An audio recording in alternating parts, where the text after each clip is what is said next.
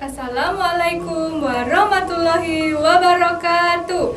Selamat pagi anak-anak, apa kabar? Semoga kalian dalam keadaan sehat. Hari ini, sebelum memulai pembelajaran, alangkah baiknya kita berdoa bersama terlebih dahulu ya. Berdoa dimulai. Selesai.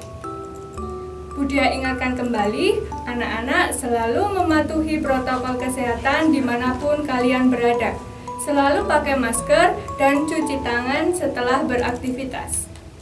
Materi hari ini, tema 1 indahnya kebersamaan, subtema 1 keragaman budaya bangsaku pembelajaran 3. Tujuan pembelajaran hari ini, dengan permainan tradisional dan gobak sodor, siswa mampu menjelaskan aturan main dan manfaat permainan tersebut untuk melatih keterampilan pola gerak dasar lokomotor dengan tepat.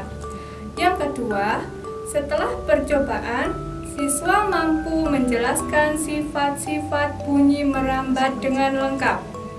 Yang terakhir atau yang ketiga, setelah membaca teks tentang siap menghadapi musim hujan, siswa mampu menyajikan gagasan pokok dan gagasan pendukung setiap paragraf dari teks secara mandiri. Permainan tradisional apa yang ada di daerahmu? Bagaimana cara memainkannya?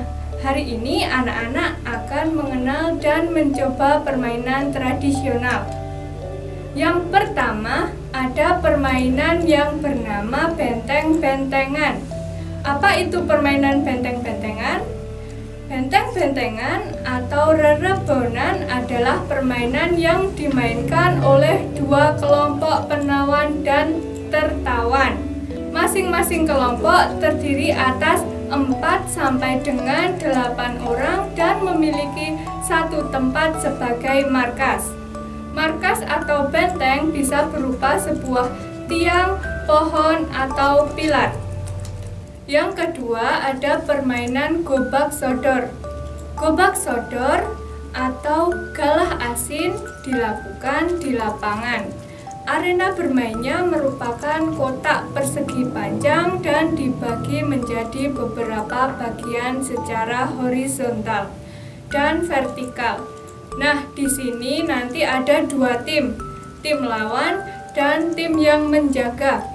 Tim lawan harus berusaha lari dari depan menuju garis yang paling belakang. Tim penjaga harus menjaga agar tim lawan tidak sampai garis yang paling belakang. Indonesia memiliki banyak permainan tradisional yang sangat menarik. Banyaknya jenis permainan tradisional ini menunjukkan keragaman budaya yang harus kita jaga.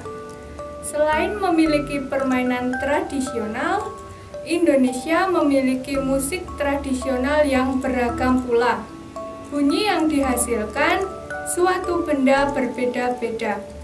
Demikian pula dengan bunyi yang dihasilkan oleh alat musik tradisional. Pada pembelajaran sebelumnya, anak-anak sudah belajar tentang alat musik kecapi, kendang, dan sebagainya. Demikian juga dengan bunyi yang dihasilkan oleh alat musik tradisional itu juga berbeda-beda. Bagaimana bunyi tersebut bisa sampai ke telinga kita? Mari kita lakukan percobaan berikut. Percobaan yang pertama, tujuannya mengidentifikasi sifat bunyi merambat melalui udara. Alat dan bahan yang perlu dipersiapkan yaitu selang plastik sepanjang 2 meter atau lebih. Langkah kerjanya, yang pertama, pegang salah satu ujung selang dan meminta temanmu memegang ujung lainnya. Yang kedua, dekatkan ujung selang ke telinga. Yang ketiga, meminta temanmu berbicara melalui ujung selang yang ia pegang. Dan yang terakhir, dengarkan dan catat apa yang ia sampaikan, berikan hasilnya kepada temanmu. Lalu percobaan yang kedua, tujuannya untuk mengidentifikasi sifat bunyi merambat melalui benda padat. Alat dan bahan. Yang pertama ada gelas plastik 4 buah. Yang kedua, benang kasur. Dan yang terakhir, yang ketiga, paku. Langkah kerjanya, buatlah satu lubang kecil dengan ujung paku di tengah dasar gelas plastik.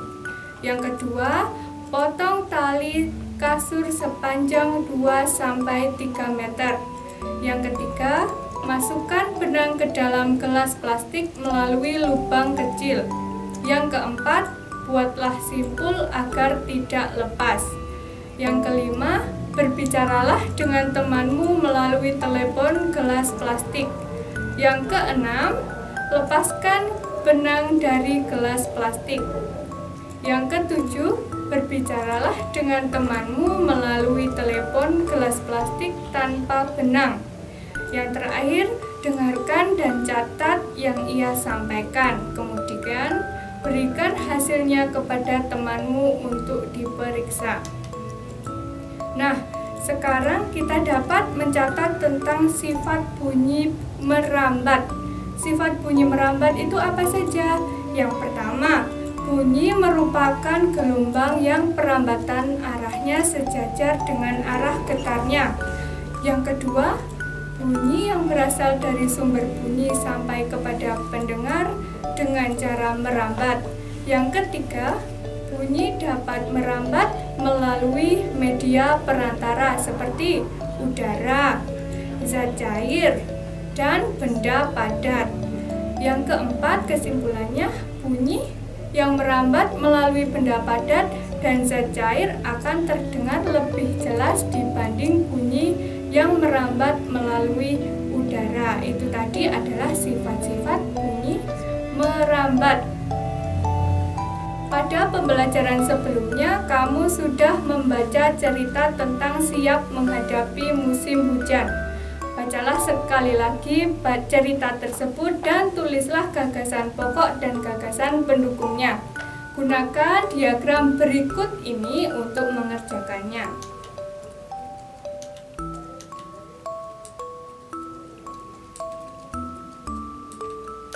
Kita pelajari lagi apa itu gagasan pokok dan gagasan pendukung. Setiap bacaan biasanya terdiri dari beberapa paragraf. Setiap paragraf memiliki gagasan pokok yang didukung oleh gagasan pendukung. Gagasan pokok adalah ide utama yang dibahas dalam suatu bacaan. Dapat berupa kalimat inti atau berupa pokok paragraf. Lalu, apa itu gagasan pendukung? Gagasan pendukung adalah uraian atau tambahan informasi untuk gagasan pokok. Kita perhatikan lagi bacaan siap menghadapi musim hujan. Bacaan ini ada di pembelajaran 2, sudah kita pelajari sebelumnya. Sekarang kita akan menentukan mana gagasan pokok dan mana gagasan pendukung. Siap menghadapi musim hujan. Musim hujan hampir tiba. Warga desa kampung Babakan berdiskusi untuk melakukan kerja bakti. Mereka berencana membersihkan selokan. Mereka sepakat ketika selokan bersih, warga tidak akan kebanjiran. Pagi itu, semua warga terlihat bersemangat membersihkan selokan. Pak Sami dan Pak Udin siap mengambil sampah yang ada di dalam selokan. Pak Made dan Pak Udin memastikan saluran selokan lancar. Pak Nur mengambil sampah-sampah dan meletakkannya di gerobak sampah. Setelah acara kerja bakti selesai, warga berkumpul untuk menikmati teh hangat dan pisang goreng. Makanan tersebut dimasak oleh warga ibu-ibu. Mereka senang karena selokan desa sudah bersih. Kini, mereka siap menghadapi musim hujan. Nah, sekarang Budia bantu untuk mengidentifikasi paragraf yang pertama atau yang ke-1. Kita akan cari tahu gagasan pokok dan gagasan pendukungnya. Paragraf yang pertama, yaitu musim hujan hampir tiba, itu adalah gagasan pokoknya. Lalu gagasan pendukungnya, warga desa Kampung Babakan berdiskusi untuk melakukan kerja bakti. Apalagi gagasan pendukungnya, mereka berencana membersihkan selokan. Lalu yang terakhir, mereka sepakat ketika selokan bersih warga tidak akan kebanjiran. Itu tadi identifikasi dari paragraf yang pertama. Nanti anak-anak bisa mengerjakan sendiri di rumah, dibantu dengan orang tua untuk mengerjakan paragraf yang kedua untuk mengidentifikasi gagasan pokok dan gagasan pendukungnya.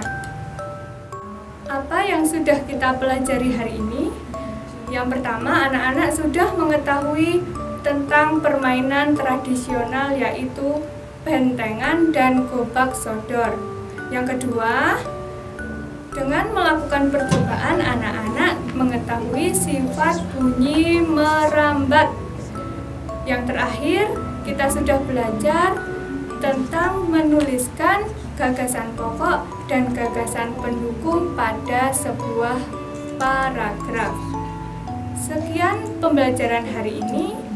Dan materi untuk besok yaitu tema 1 Kayanya Negeriku, subtema 1 Keberagaman Budaya Bangsaku, pembelajaran yang keempat. Anak-anak jangan lupa untuk selalu rajin berolahraga dan makan makanan bergizi. Salam sehat dan tetap semangat. Wassalamualaikum warahmatullahi wabarakatuh.